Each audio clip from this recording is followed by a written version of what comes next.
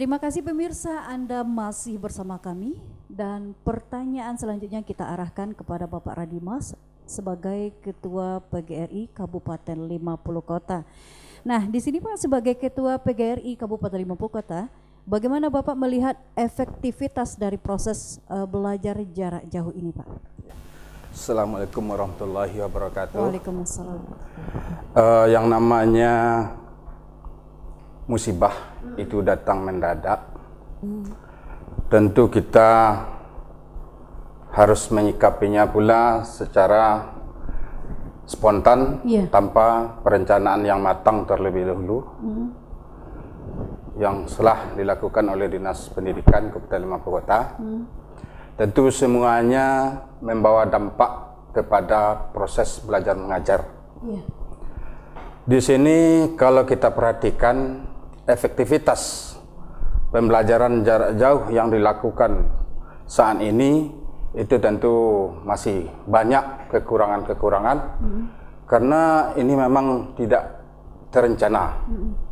Tentu kita apa yang dapat kita berikan kepada anak, yang penting anak-anak didik kita itu tidak belajar.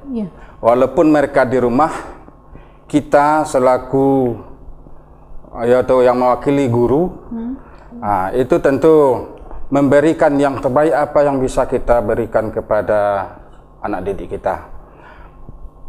Tentu saja dengan banyak-banyak keterbatasan, apakah itu dari segi guru yang tidak menguasai IT, kemudian jarak antara guru dengan siswa yang begitu jauh sebagian, kemudian juga ada kendala dari pihak siswa yang mereka mungkin di rumah tidak punya IT, tidak punya HP Android.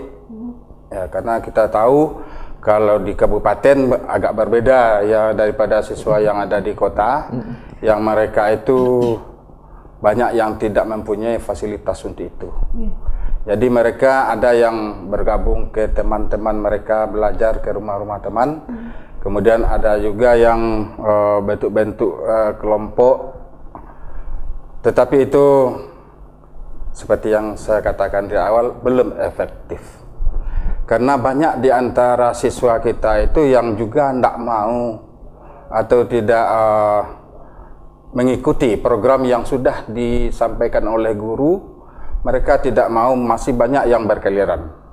Kalau kita perhatikan, kita amati, walaupun dilarang keluar rumah, mereka masih ada. Ya, yang namanya anak-anak, kalau orang tuanya pergi bekerja, apakah itu ke sawah atau ke kantor, yang mereka itu kan tidak ada lagi di rumah yang mengontrol. Nah, mereka juga berkeliaran, bukan mengerjakan tugas-tugas yang diberikan guru atau belajar secara daringnya, tetapi mereka berkeliaran. Ini suatu kendala bagi anak-anak kita. Tentu juga ini ada kendala di pihak orang tua. Orang tua tentu juga banyak yang tidak bisa menyiapkan fasilitas yang diperlukan oleh anak-anak mereka untuk mengikuti pelajaran jarak jauh. Jadi banyak orang tua yang mengeluh, bagaimana saya untuk mencukupi kebutuhan sehari-hari saja payah, bagaimana pula saya mau membelikan anak saya Android. Ini salah satu kendala juga dari pihak orang tua. Tentu juga saya rasa kendala daripada pemerintah sendiri, khususnya dari Dinas Pendidikan. Sebab secara mendadak itu tentu kita belum bisa melatih guru untuk memberikan materi pelajaran ini secara bersamaan. Tentu ini adalah nanti inisiatif daripada masing-masing guru saja baru. Ada juga guru yang sudah usia 50 tahun ke atas itu yang gaptek, gap teknologi, tidak bisa menguasai IT, tentu mereka kesulitan. Jadi yang dilakukan oleh guru-guru kita yang gagap teknologi itu ya memberikan tugas-tugas melalui WA. Mereka bisa, kata Ibu Kepala Dinas tadi, memberikan tugas-tugas melalui WA, kemudian dibahas oleh siswa di rumah ataupun per kelompok. Bagi siswa yang tidak mempunyai alat seperti tadi, mereka berkelompok tempat yang lain. Itu kendala-kendala yang ada dihadapi oleh masyarakat kita, Ibu. Nah, di sini Pak, selain ada kendala yang sudah Bapak sampaikan tadi, Ya. apakah ada solusinya langsung nih Pak dari Dinas Pendidikan dan begitu juga ada dari PGRI langsung nih? Kita ke PGRI langsung nih Pak. Ya, pernah kami bersama dengan Dinas Pendidikan melakukan webinar ya, tentang membahas bagaimana pembelajaran jarak jauh efektif untuk dapat dilakukan oleh guru-guru kita. Jadi kita datangkan narasumber dari PGRI Provinsi. Ya, ini kita bahas dan nampaknya ini peminat daripada guru-guru kita ini untuk lebih tahu bagaimana melaksanakan pembelajaran jarak jauh itu sangat tinggi. Sehingga jumlah peserta yang terbatas yang bisa kita tampung itu satu periode itu tidak cukup, artinya penuh gitu ya. Maka kita adakan tahap keduanya sampai tahap 2 begitu ya. Nah, jadi begitu tingginya antusias daripada guru kita ingin tahu bagaimana melaksanakan pembelajaran jarak jauh tersebut. Ini salah satu upaya kita bersama Dinas Pendidikan untuk menanggulangi masalah ini. Ya.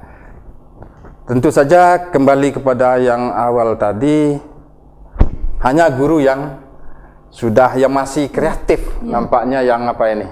Tetapi yang sudah 50 tahun ke atas itu ada yang tidak mengikuti, kemudian ya mengikuti pun mereka juga tidak bisa menggunakan IT. Nah, ini kendala kita.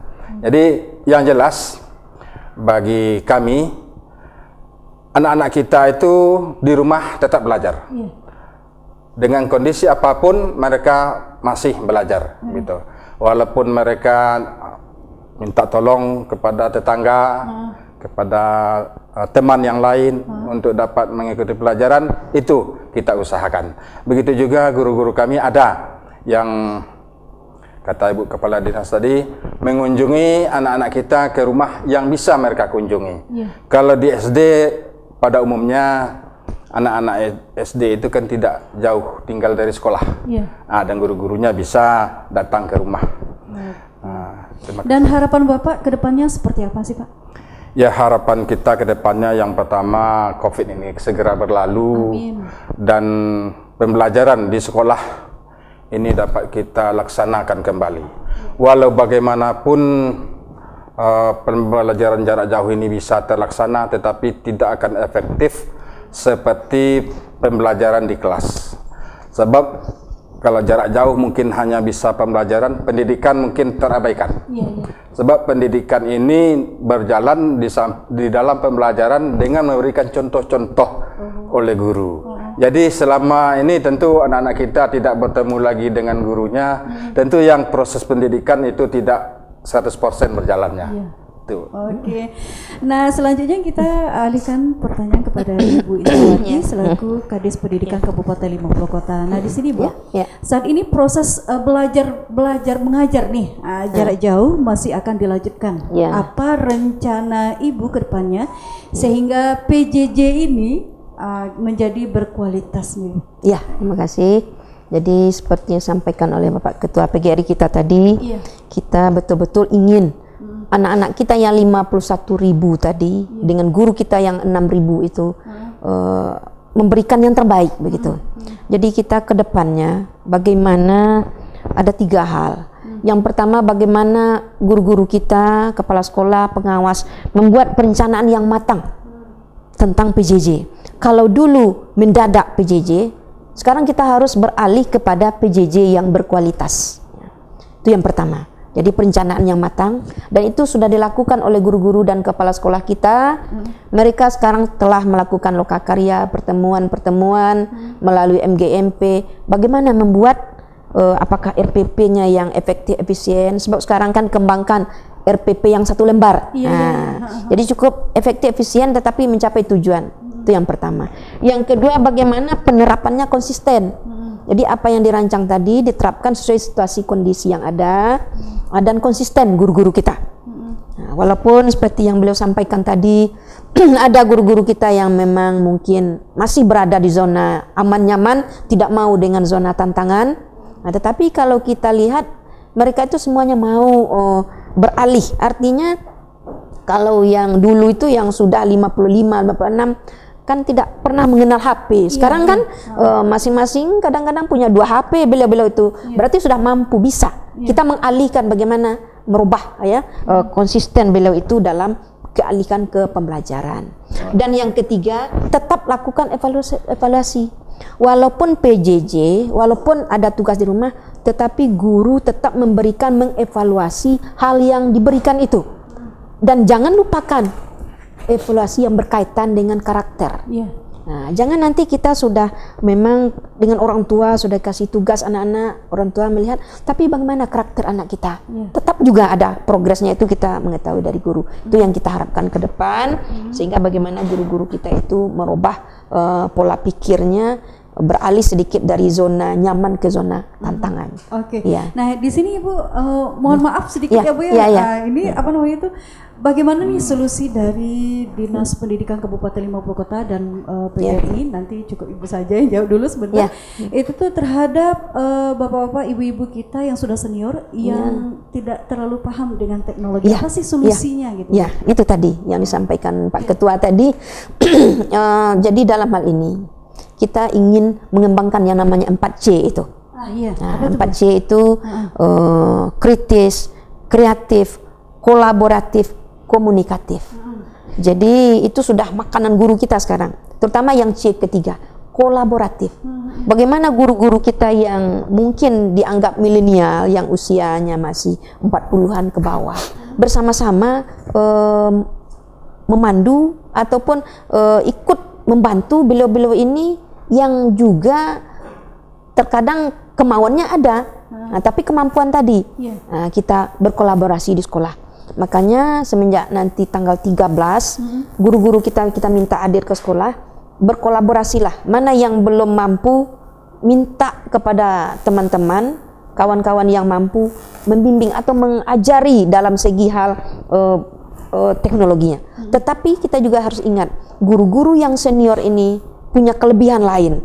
Dengan pengalamannya bagaimana yang tadi itu, kita minta beliau-beliau itu, katanya sudah ada yang menyampaikan, Bu, saya kan biarlah saya mau dengan ikhlas door to door ke rumah.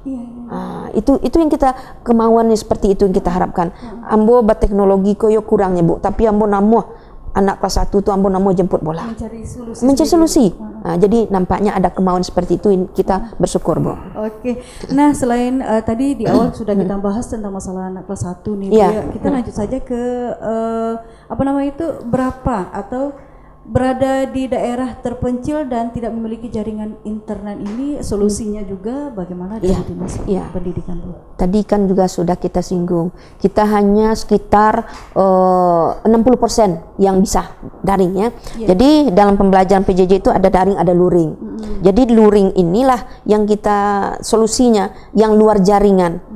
Luar jaring itu dengan modul, kemudian dengan bahan-bahan ajar yang lainnya, dengan tugas-tugas yang sesuai, itu yang kita harapkan. Jadi itulah, terkadang murid itu dalam sekali seminggu mengambil tugasnya ke sekolah yang luring, yang tidak bisa jaringan, yang jadi tugas manual.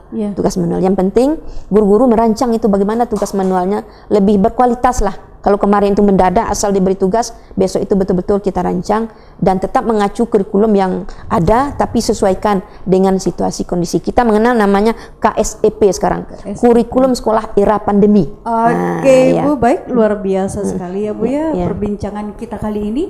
Dan jangan kemana-mana pemirsa, kita masih akan kembali setelah pesan-pesan berikut ini.